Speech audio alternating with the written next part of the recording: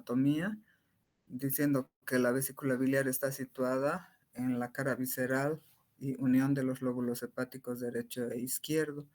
Y de acuerdo a la segmentectomía hepática corresponde a los segmentos 4B y 5. La superficie hepática de la vesícula está unida al hígado por tejido conjuntivo a través de la cápsula hepática y la cara o superficie no hepática y el fondo de la vesícula solamente tiene un recubrimiento peritoneal. La vesícula es una víscera hueca, tiene una forma de pera con un tamaño o longitud de 7 a 10 centímetros y una capacidad de contención de bilis promedio de 30 a 50 mililitros. En casos de disfunción vesicular puede llegar a albergar hasta 300 mililitros de bilis.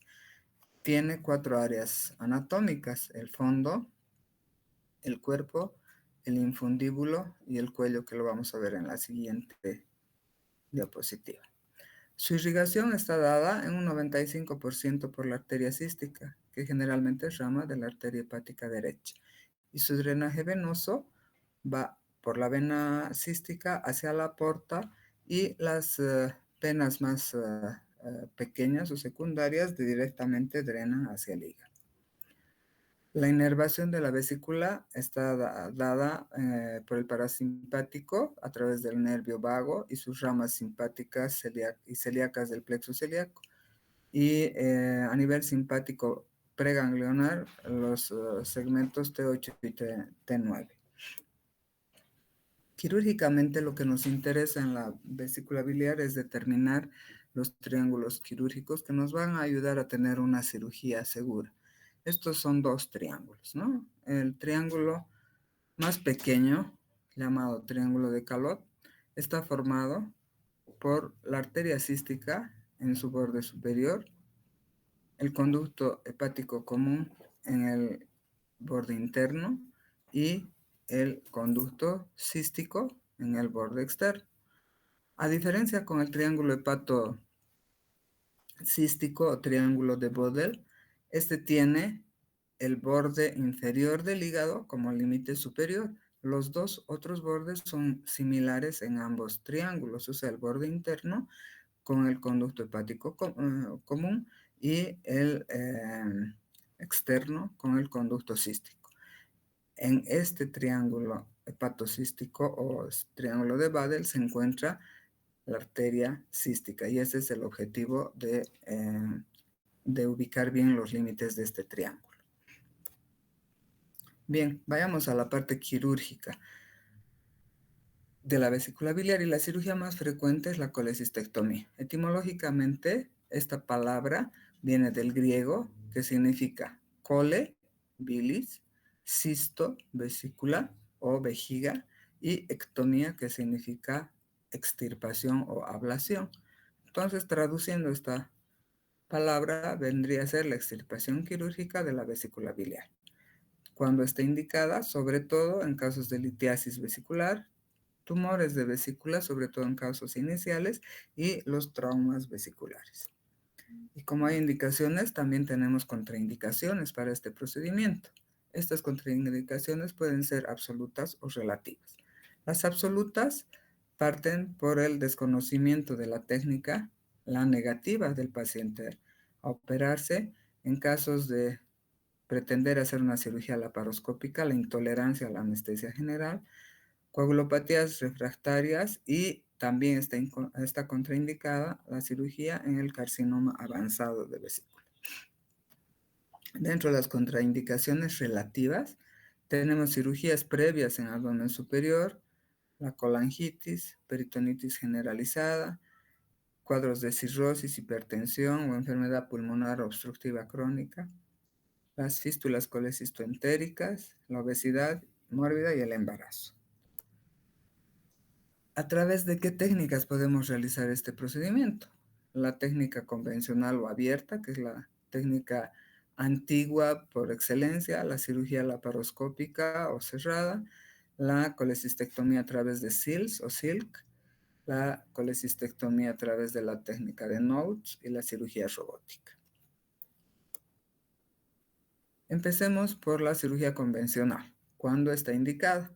Esta cirugía todavía vigente está indicada en casos de inflamación muy intensa de la vesícula biliar o las estructuras vecinas, cuando hay imposibilidad de visualizar e identificar los elementos anatómicos, sobre todo en la colecistectomía laparoscópica, como ya dijimos, la intolerancia a la anestesia general, o en situaciones donde por alguna otra razón se necesita hacer una laparotomía y se aprovecha de extirpar la vesícula, y en casos de infraestructura o equipo insuficiente. Las vías de abordaje para la cirugía convencional son varias. La más utilizada es la oblicua subcostal derecha de Kocher.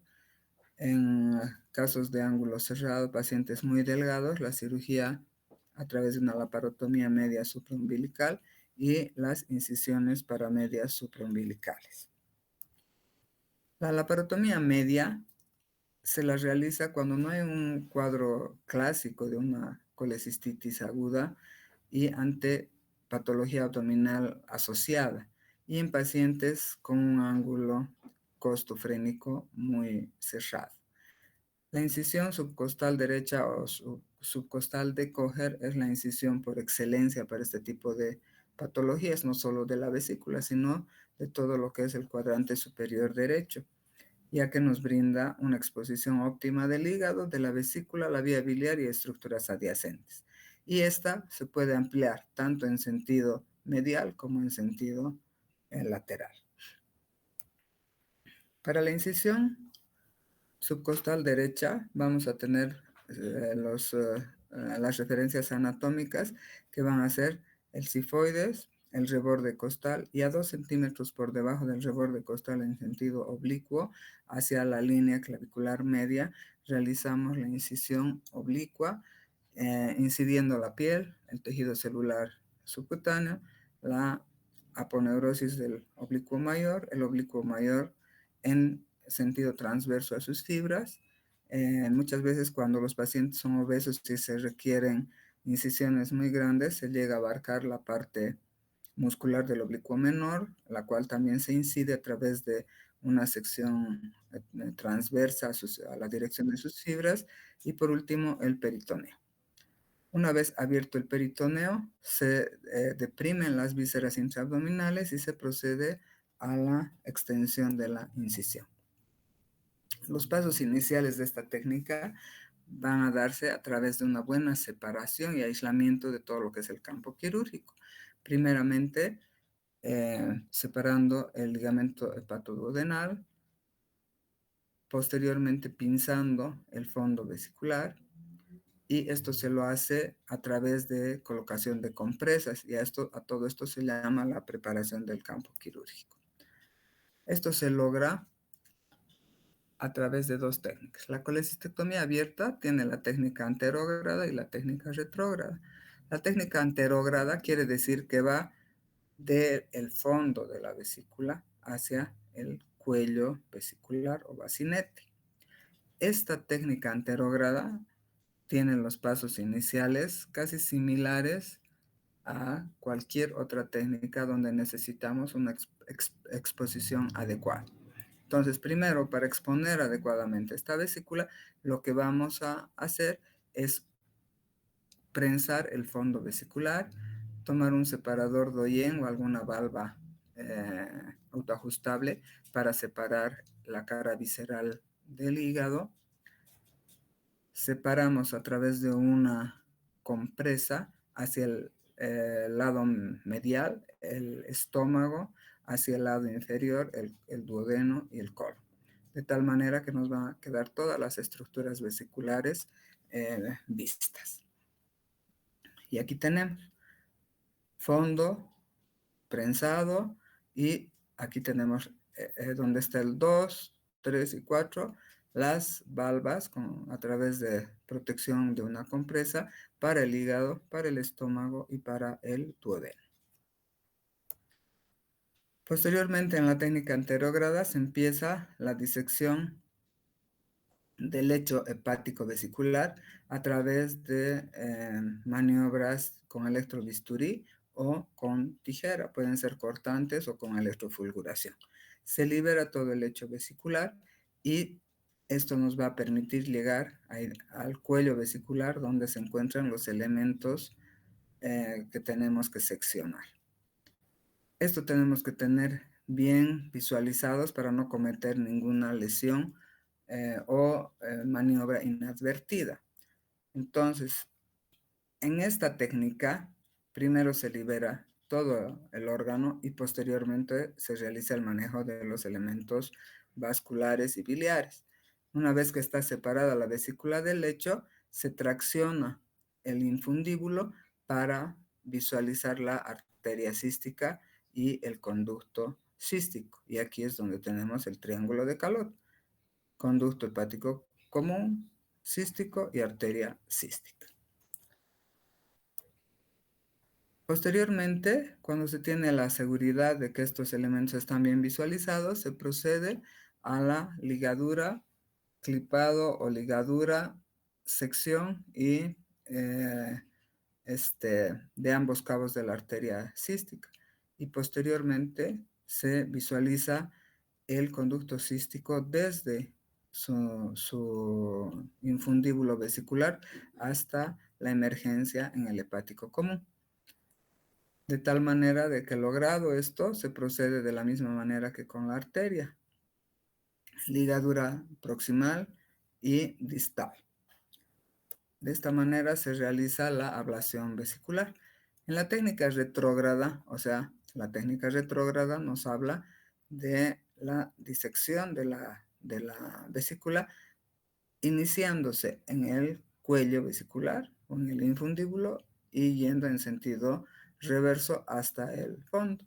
En este tenemos también que realizar un despegamiento cuidadoso de la vesícula para que no haya migración de cálculos. Esta técnica retrógrada es una técnica que nos permite operar en forma exangüe con menor sangrado durante el despegamiento.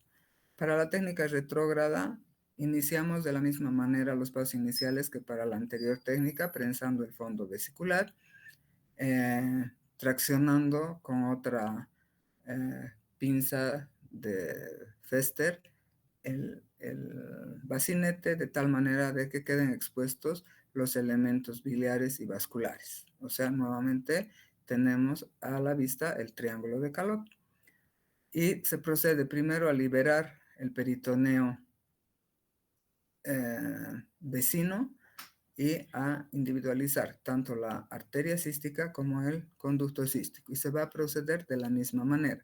La ligadura debe estar aproximadamente a medio centímetro de lo que vendría a ser el conducto hepático común. Aquí ya tenemos una muestra de una técnica anatómica y de una técnica quirúrgica, en la cual pueden ver ustedes que los elementos del triángulo de Calot están cubiertos por el peritoneo, el cual primero se debe disecar para individualizarlos y tratarlos. En esta foto pueden ver la tracción del bacinete hace que se extienda como un abanico el peritoneo, y aquí dentro es donde, una vez seccionado y retraído, vamos a encontrar los elementos que ya hemos mencionado. Posteriormente a la ligadura de los elementos del triángulo de Calot, procedemos en forma retrógrada, o sea, del cuello hacia el fondo, la disección del lecho vesicular de la vesícula, que también se lo realiza a través de maniobras con electrofulguración o con corte con tijera. Esta es una ejemplificación de las estructuras anatómicas que se las recalco porque las lesiones inadvertidas en esta cirugía se dan por no tener una buena visualización de estas estructuras. Entonces, tenemos que visualizar adecuadamente lo que es el conducto cístico desde su infundíbulo vesicular hasta la emergencia con el conducto hepático común y posteriormente lo que va a ser el cístico. y la arteria que va hacia la derecha, en nuestra, o sea, visualizando de frente al paciente, va a la derecha del conducto cístico por detrás y en forma transversa.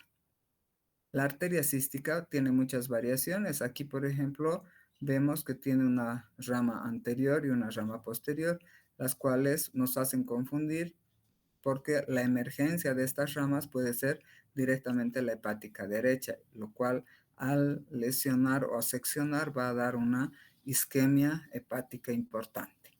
Y aquí están los elementos, ¿no? Entonces aquí está el conducto cístico y la arteria cística. Y esa es la forma del manejo del pedículo. Se pinza en forma proximal, distal. Una vez que está pinzado, se secciona al centro y recién se procede a la ligadura de ambos cabos. Y aquí vemos la desperitonización a través de maniobras cortantes de todo lo que es el lecho vesicular. Esto produce más sangrado, por lo cual generalmente preferimos realizarlo a través del electrocauterio. Y posteriormente a que se ha realizado la ablación de la vesícula, se procede a hacer el cierre o síntesis de la pared abdominal, iniciando por el cierre del peritoneo, posteriormente la fascia o aponeurosis de los oblicuos y la piel. Bien, la otra técnica para realizar este procedimiento es la vía de invasión mínima o colecistectomía laparoscópica. Para esta necesitamos proveernos de un instrumental específico, especializado, que consta de tijeras, pinzas, disectores, una cámara de video, la fuente de luz, el insuflador, la cámara del laparoscopio, trócares para introducir estas pinzas y tijeras, endoscopio, y todo esto va en un equipo o una torre que se llama torre de laparoscopía. Este equipo tiene ciertas características. Consta de un sistema óptico, de un insuflador y fuente de CO2, el electrobisturí y un sistema de irrigación y aspiración. Dentro de lo que es el sistema óptico tenemos la fuente de luz, que tiene que ser una luz fría con una fibra óptica, la óptica o laparoscopio, que puede ser de 10 milímetros, de 5 milímetros o de 3 milímetros. La cámara de video puede ser de 0 grados, de 30 grados o de 15 grados. Y el monitor de TV y el video grabador, que son los aditamentos o complementos para tener mejor registro de nuestros procedimientos. El insuflador y fuente de CO2 es el que nos va a permitir controlar la cantidad de gas que tenemos insuflado y que tenemos acumulado en la cavidad abdominal. Bueno, la fuente de energía, que es el electrobisturí, y el sistema de irrigación y aspiración, que nos va a servir para realizar el lavado. Bien, la colecistectomía tiene la laparoscópica tiene dos técnicas. La técnica francesa, en la cual la posición del paciente es con las extremidades inferiores abiertas y el cirujano colocado en medio. Los monitores a la cabeza del paciente y los ayudantes tanto a la derecha como a la izquierda, y detrás la instrumentadora. La otra técnica es la técnica americana, con la posición del paciente en decúbito dorsal, con las extremidades inferiores juntas, un brazo pegado al cuerpo, el brazo derecho, y el brazo izquierdo extendido.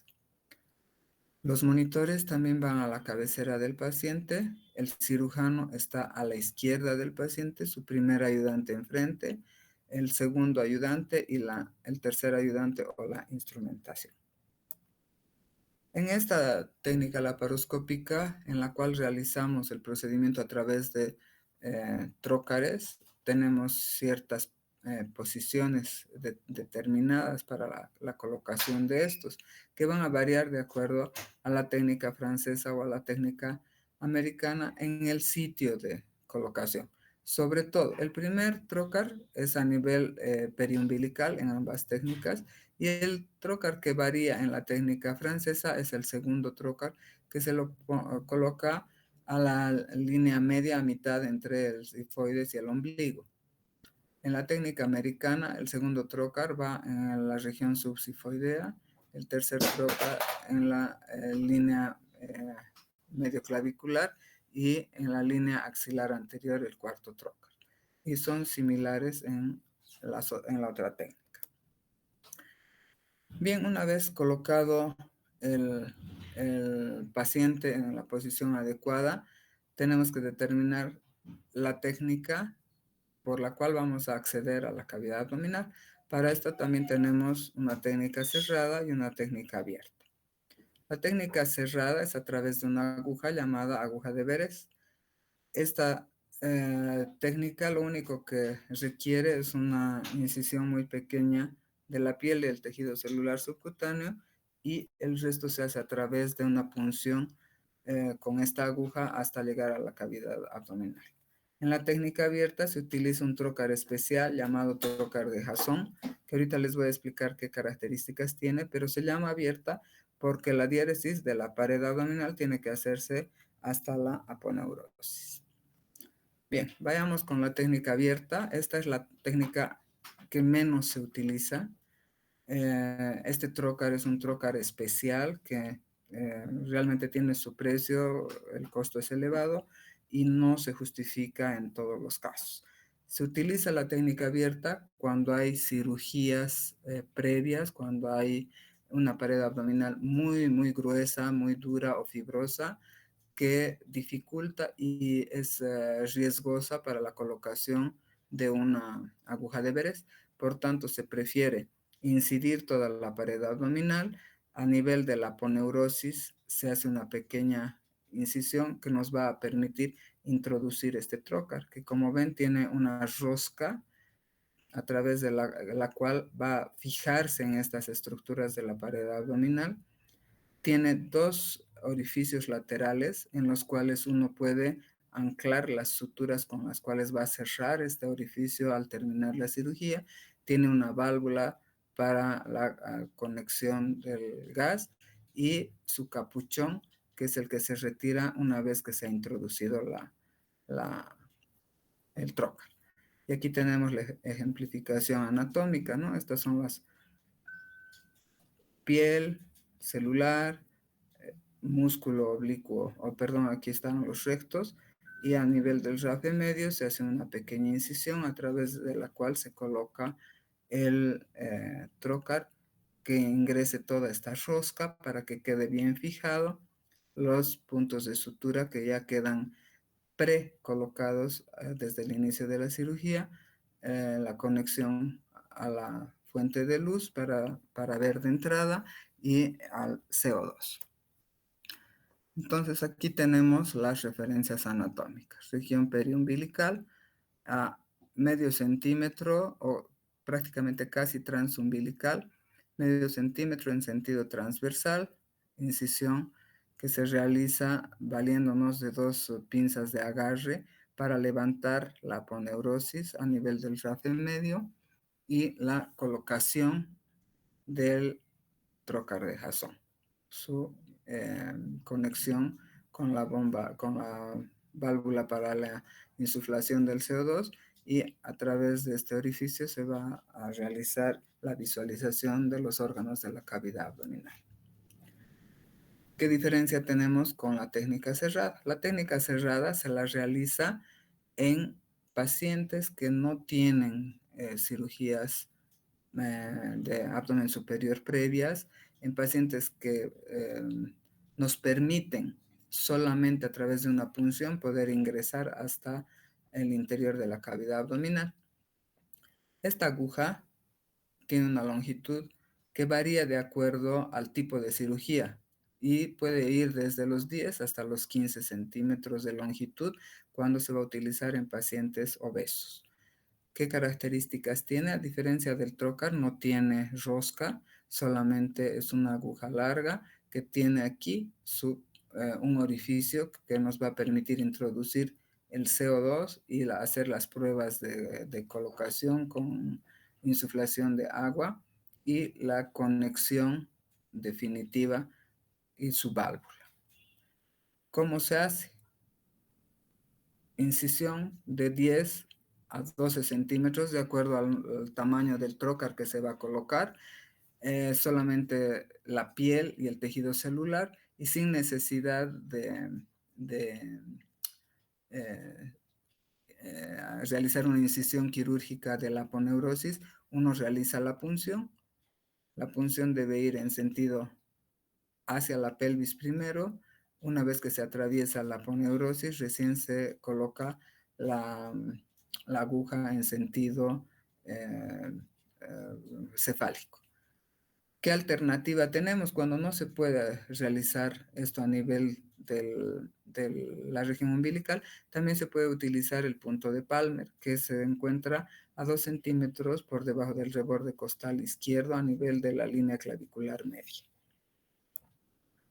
Con esta técnica de abordaje vamos a crear el neumoperitoneo. ¿Qué es el neumoperitoneo? Es la introducción de aire o de gas, más bien propiamente dicho, en la cavidad peritoneal. ¿Qué gas? El gas que utilizamos es el dióxido de carbono.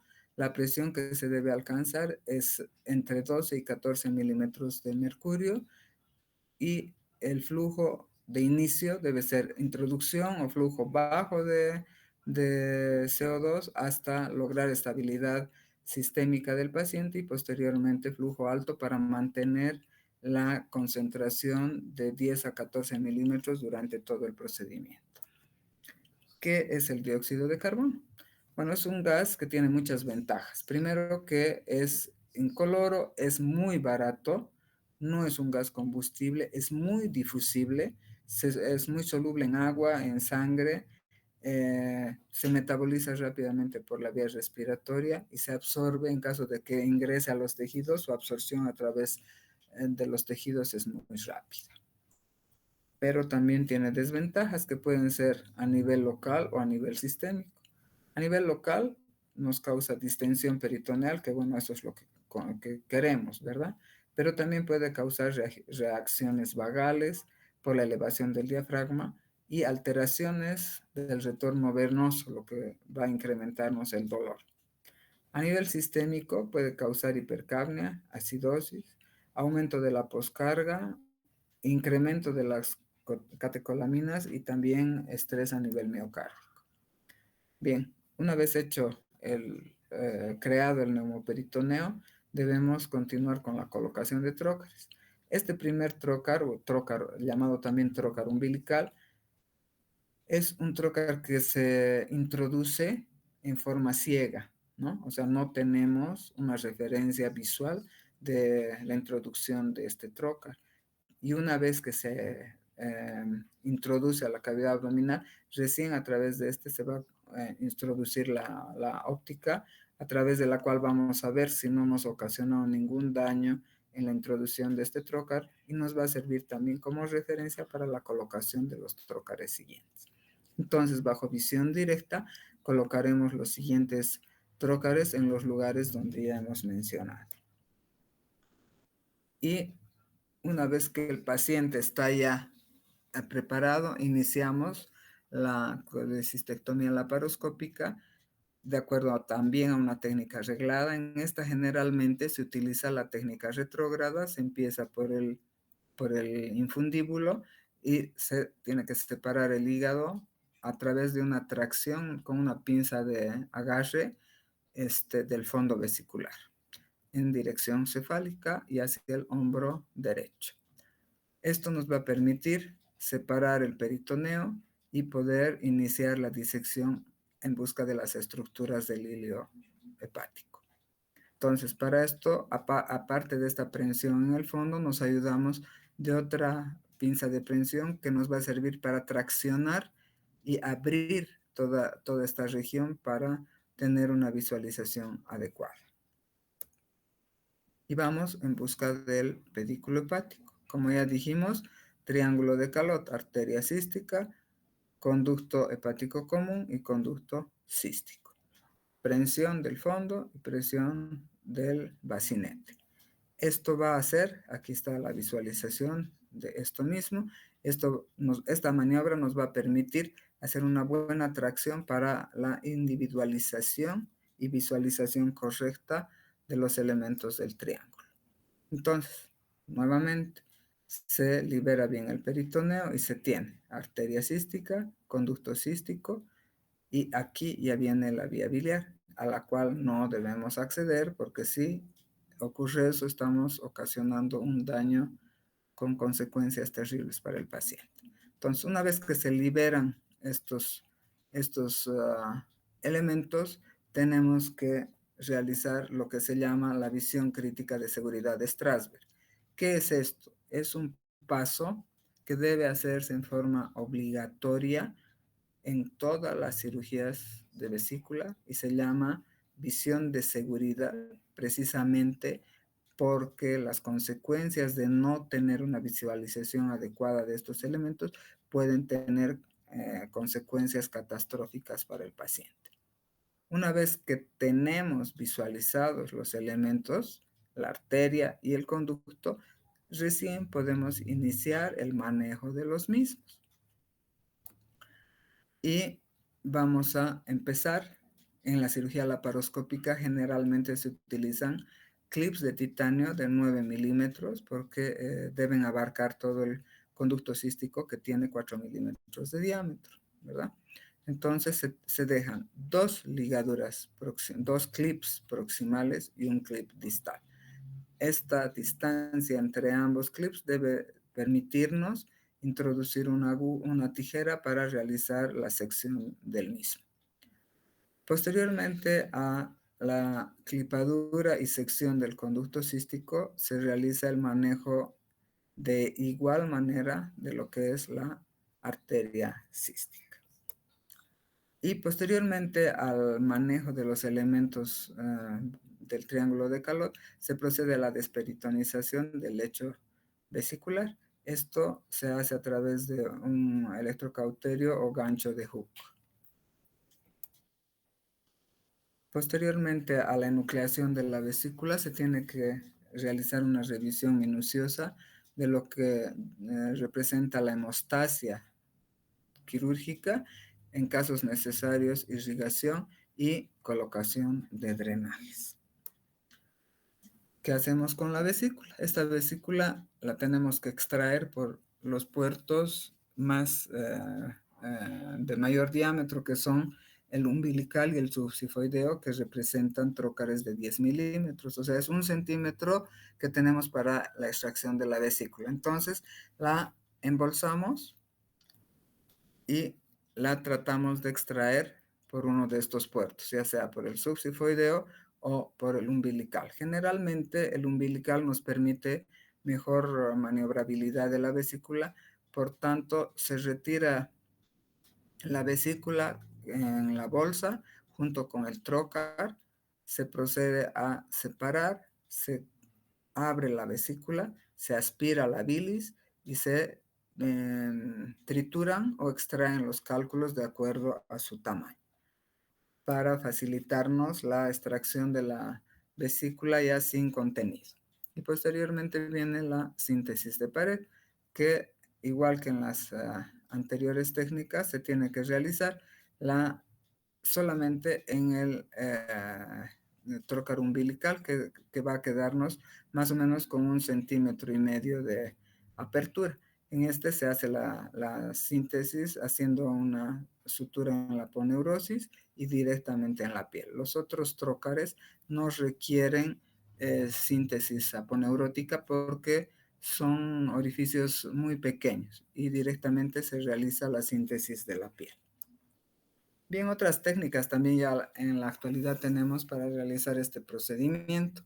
Estas técnicas son variadas y el fin más importante es la estética. Estas son las técnicas de Sills o Silks y la técnica de Notes. ¿Qué son estas técnicas? La cirugía de Silks o Sills se llama así por las siglas en inglés que significan cirugía por puerto único o single port. Este es el puerto único. Este es como un botón más grueso de 3 centímetros que tiene en su interior 3 orificios que representarían a 3 trócares para que a través de este solo puerto nosotros realicemos la operación. Como ven aquí, este single port se coloca a nivel del ombligo. A través de este se introduce el disector, un sujetador y una cámara. Con lo cual tenemos que realizar la cirugía. Para esto se necesita este aditamento que es especial y, como ven aquí, los instrumentos también que son más delgados y tienen una maleabilidad diferente para poder maniobrar dentro de la cavidad. ¿Qué diferencias tenemos entre esta técnica y la laparoscópica? Esta técnica tiene instrumentos paralelos, ¿no? Como están viendo aquí, todos entran por un solo puerto y hacen difícil una buena triangulación porque aquí adentro, ya una vez introducidos, no podemos tener mucho espacio para manipulación. Y esto mismo hace que necesitemos una óptica mucho más delgada, son ópticas especiales de 5 milímetros por el espacio tan escaso que tenemos entre puerto y puerto. Esta técnica se puede hacer, se hace, pero no es la más recomendada porque causa muchos problemas porque se pierde mucho el sentido de profundidad. La otra técnica parecida, también con el mismo fin de no tener cicatrices, es una técnica absolutamente estética y es la técnica de Notes, igual, sus siglas en inglés, cirugía transluminal por orificios naturales. ¿Qué significa esto? Se busca orificios naturales, por ejemplo, la vagina, o sea, el útero, para llegar perforando el útero hasta la vesícula y realizar la cirugía de la misma manera. Como consecuencia, se puede realizar, la dificultad es mayor, los riesgos de infección son mayores y no es una técnica que está muy promocionada. Otra de las técnicas es la Iman Lab. Es una técnica guiada por imanes. Uno tiene que tener el set de imanes y se colocan en la parte de la pared abdominal y se anclan, o sea, se imantan, para decir así, con la cavidad abdominal. Entonces, igual se logra la suspensión del hígado, la separación de la vesícula y la colecistectomía con una camarita, con una fuente de 5 milímetros, ¿no? Entonces es otra forma, pero necesita un instrumental también específico. Y por último, lo que ahora está en boga es la colecistectomía robótica, ¿no? Para esto también necesitamos el robot. Este robot tiene mayor precisión, por supuesto, que el tacto humano, pero requiere una consola y estos robots tienen diferentes funciones. El equipamiento es muy caro. Y todavía aquí en Bolivia no se está realizando, no solo por el equipo, sino también por el alto costo que representa. Entonces aquí tenemos la consola para el robot y aquí está el robot. Hay que ver cuántos brazos tiene, de acuerdo a esto es la complejidad, y este robot no solo sirve para realizar cirugías vesiculares, ¿no? Sino sirve para todo lo que es la cirugía laparoscópica en general. Bien, todas estas técnicas, por cualquiera de las vías de abordaje que se tengan, tienen ciertas complicaciones. Las más frecuentes son la hemorragia, la lesión del conducto biliar, la fuga de la bilis que puede llegarnos a dar una peritonitis biliar, la retención de cálculos, pancreatitis traumática por la manipulación, infecciones de la herida que, aunque son muy pequeñas, también se presentan, y las hernias incisionales. En cuanto al neumoperitoneo, también tenemos complicaciones como ser la embolia por dióxido de carbono, arritmias cardíacas, reflejos vagovagales y acidosis hiperbárica. Y en relación con los trócares, o sea, con la introducción de los trocars podemos tener sangrado de la pared abdominal, lesión de vísceras vecinas, hematomas o lesiones de vasos arteriales o venosos que estén en vecindad. Y ese es todo el tema. Les agradezco su atención. Los espero después de su festejo de la Semana Médica. Gracias, hasta luego. Buenas noches. Gracias, doctora. Hasta luego, doctora.